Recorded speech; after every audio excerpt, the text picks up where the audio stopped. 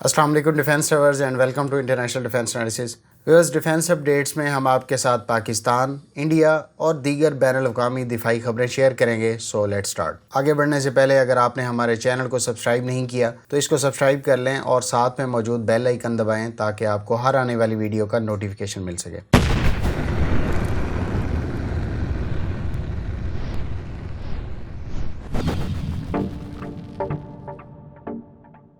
Viewers, India کے نربے cruise missile کا تجربہ ایک مرتبہ پھر ناکام ہوا ہے. اطلاعات کے مطابق سوموار کو مشرقی ساحل کے قریب موجود میزائل ٹیسٹنگ جزیرے سے فائر کیے جانے والے نربے کروز میزائل لانچ کے 8 منٹ بعد ہی سائٹ کے قریب گر گیا. انڈین حکام کے مطابق نربے میں فنی خرابی کے باعث ٹیسٹ سینٹر پر موجود حکام کو FTS یعنی میزائل ٹرمینیشن سسٹم کی مدد سے اسے تباہ کرنا پڑا. تاہم فوٹیج کی مدد سے دیکھا جا سکتا ہے کہ حقائق کسی اور طرف اشارہ کر رہے ہیں. یاد رہے کہ نربے میزائل روس کے club SSN-27 Russian missile technology سے تیار کیا گیا ہے. تاہم اس میں استعمال کیے جانے والے ٹربو جیٹ انجن کو مقامی سطح پر بھارت میں تیار کیا گیا ہے اور حالیہ ٹیسٹ میں اس میں عام طور پر استعمال کیے جانے والے Russian turbofan engine 50 MT کی بجائے انڈیا کی defence research and development organisation یعنی DRDO کے تیار کردہ انڈین انجن کا استعمال کیا گیا تھا. 800 سے لے کر 1000 کلومیٹر رینج کے حامل نربے کروز میزائل کے بارے میں انڈین میڈیا کی طرف سے اطلاعات ہیں کہ اس کو انڈیا چین کے ساتھ ملحقہ لائن آف ایکچوئل کنٹرول پر بھی نصب کرنے کا ارادہ رکھتا ہے، جبکہ کچھ کے مطابق اس کو ڈپلائی کیا جا چکا ہے اور اس ڈپلائمنٹ سے چین خوف زدہ ہے. اور اس طرح کے گھاتک میزائل کی LAC پر ڈپلائمنٹ سے انڈیا نے چین کو ایک سخت پیغام دیا ہے.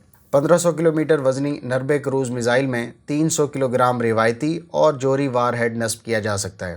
اس کی سپیڈ 0.7 سے 0.8 ماک بتائی گئی ہے. یہ ایک 2 سٹیج میزائل ہے. اس کو مقامی سطح پر انرشیل نیویگیشن سسٹم اور GPS کے علاوہ روسی سیکر سسٹم سے اکوپ کیا گیا ہے. یاد رہے کہ جولائی میں انڈین وزارت دفاع کے مطابق 300 نربے کروز میزائلز کو انڈین فوج کی تینوں برانچز کے لیے خریدنے کا اعلان کیا تھا.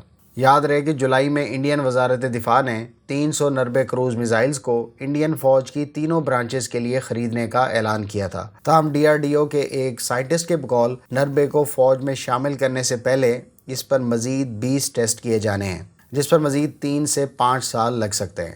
واضح رہے کہ 2013 کے بعد سے یہ نربے میزائل کا چوتھا تجربہ تھا جو ناکام ہوا. آپ کی معلومات میں اضافے کے لیے الحمدللہ پاکستان نے اس کیٹیگری میں بابر کروز میزائل پر ٹیسٹنگ کا کام اگست 2005 میں شروع کیا اور یہ میزائل 2010 سے پاک فوج کے زیر استعمال ہے. بابر کروز میزائل کے مختلف ویریئنٹس ہیں، جس میں سے گراؤنڈ لانچ کروز میزائل کے 3 مزید ورژن ہیں جن کو بابر 1، بابر 1B اور بابر 2 کہا جاتا ہے، جبکہ دوسرا ویریئنٹ سب میرین لانچ بابر 3 ہے اور کچھ دفاعی ماہرین کے مطابق اس کا شپ بیس ویریئنٹ بھی موجود ہے جس کو ہربا کروز میزائل کے نام سے جانا جاتا ہے. یاد رہے کہ ہربا کروز میزائل اینٹی شپ اور لینڈ اٹیک دونوں مقاصد کے لیے کارآمد ہے.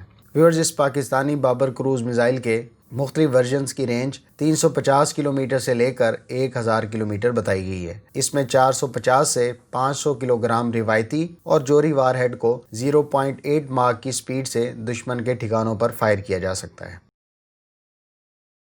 شمالی کوریا کی حکمران جماعت یعنی ورکرز پارٹی نے اپنی 75ویں سالگرہ کے موقع پر ملک میں ایک فوجی پریڈ منعقد کی ہے جس کو آدھی رات کو منعقد کیا گیا. اس پریڈ کی جہاں خاص بات کم جونگ ان کی موجودگی تھی، جن کے بارے میں گزشتہ کچھ عرصے سے چہمگوئیاں جاری تھیں، وہاں اس پریڈ کی خاص بات کوریا کا ایک نیا بیلسٹک میزائل اس وقت عالمی میڈیا میں زیر بحث ہے. اس بیلسٹک میزائل کا سائز دیکھتے ہوئے جہاں دفاعی ماہرین حیران ہیں، ماہرین کے مطابق یہ شمالی کوریا کا اب تک کا سب سے بڑا ICBM یعنی انٹر کانٹیننٹل بیلسٹک میزائل ہے جس کو حالیہ پریڈ میں دکھایا گیا ہے. یاد رہے کہ اس میزائل کی طرف اشارہ شمالی کوریا کے لیڈر کم جونگ ان نے جنوری 2020 میں نئے سال کے موقع کی مناسبت سے ایک تقریب میں کیا تھا. اس وقت انہوں نے کہا تھا کہ شمالی کوریا میزائل اور ہتھیاروں سے متعلق وہ نظام بنا رہی ہے جو صرف چند ترقی یافتہ ممالک کے پاس ہے. انہوں نے اپنے اس خطاب میں اسٹریٹجک ہتھیار کا ذکر کیا تھا جس سے مراد جوہری میزائل تھا. واضح رہے کہ شمالی کوریا پہلے ہی ماضی میں 2 ICBM ٹیسٹ کر چکا ہے، جس میں سے ایک ہواسونگ 14 کو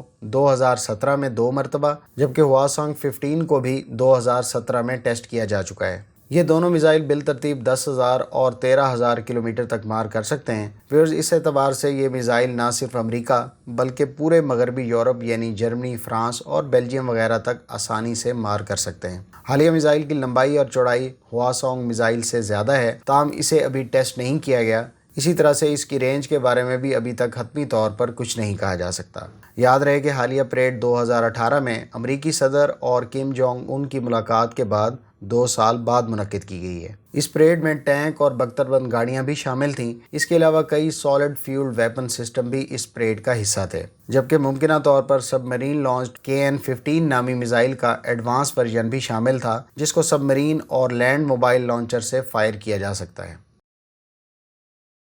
ویورز، افواج پاکستان کے chairman joint chief of staff committee general Nadeem Raza نے گزشتہ روز پاک فضائیہ کی آپریشنل بیس کا دورہ کیا۔ دورے کے دوران ان کا استقبال ایئر چیف مجاہد انور خان نے کیا۔ اس وزٹ کے دوران chairman joint chief of staff committee نے بیس پر آپریشنل یونٹس کا دورہ کرتے ہوئے پیشہ ورانہ تیاریوں کا جائزہ لیا۔ اس کے بعد انہوں نے F-16 میں فلائی کیا۔ چیئرمین نے پاک فضائیہ کی آپریشنل تیاریوں کو سراہا اور تمام سروسز کی آپس میں سائنرجی اور ہم آہنگی کی اہمیت پر زور دیا۔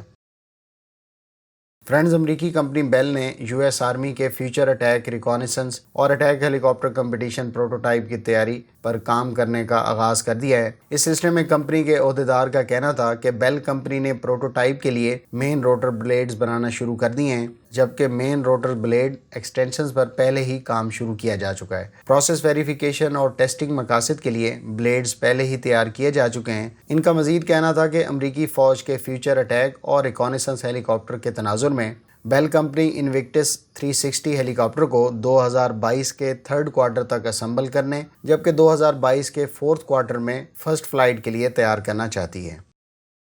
ویورز، امریکی حکومت عنقریب تائیوان کو 3 ایڈوانس ویپنز فراہم کرنے کے لیے اس وقت کوششیں کر رہی ہے۔ اطلاعات کے مطابق حکومت کی طرف سے US کانگریس سے اجازت کے لیے ایک نوٹیفیکیشن جلد بھیجا جائے گا۔ اس مقصد کے تحت امریکہ تائیوان کو لاک ہیڈ مارٹن کمپنی کا تیار کردہ ٹرک بیسڈ راکٹ لانچر، جس کو high mobility artillery rocket system کہا جاتا ہے، وہ اور بوئنگ کمپنی کا تیار کردہ long range air to ground missile, جس کو SLAM ER یعنی stand off land attack missile expanded response کہا جاتا ہے، وہ اور F-16 کے لیے MS-110 ریکانیسنس پاڈز فراہم کرنے کا ارادہ رکھتا ہے۔ یاد رہے کہ high mobility artillery rocket system 72 kilometre دور راکٹس داغ سکتا ہے، جبکہ air to ground stand off missile کی رینج 250 پلس کلومیٹر بتائی گئی ہے۔ اسی طرح سے MS-110 ریکانیسنس پاڈز DB-110 سے وزن میں ہلکی اور اس کا ایڈوانس ورژن ہے۔ تائیوان اس سے پہلے اپنے F-16 پر ANVDS-5 پاڈز استعمال کرتا ہے۔ امید ہے اس ویڈیو سے آپ کی انفارمیشن میں اضافہ ہوگا۔ ملتے ہیں نیکسٹ ویڈیو کے ساتھ، اپنی دعاؤں میں یاد رکھیے گا۔ اللہ حافظ۔ پاکستان زندہ باد۔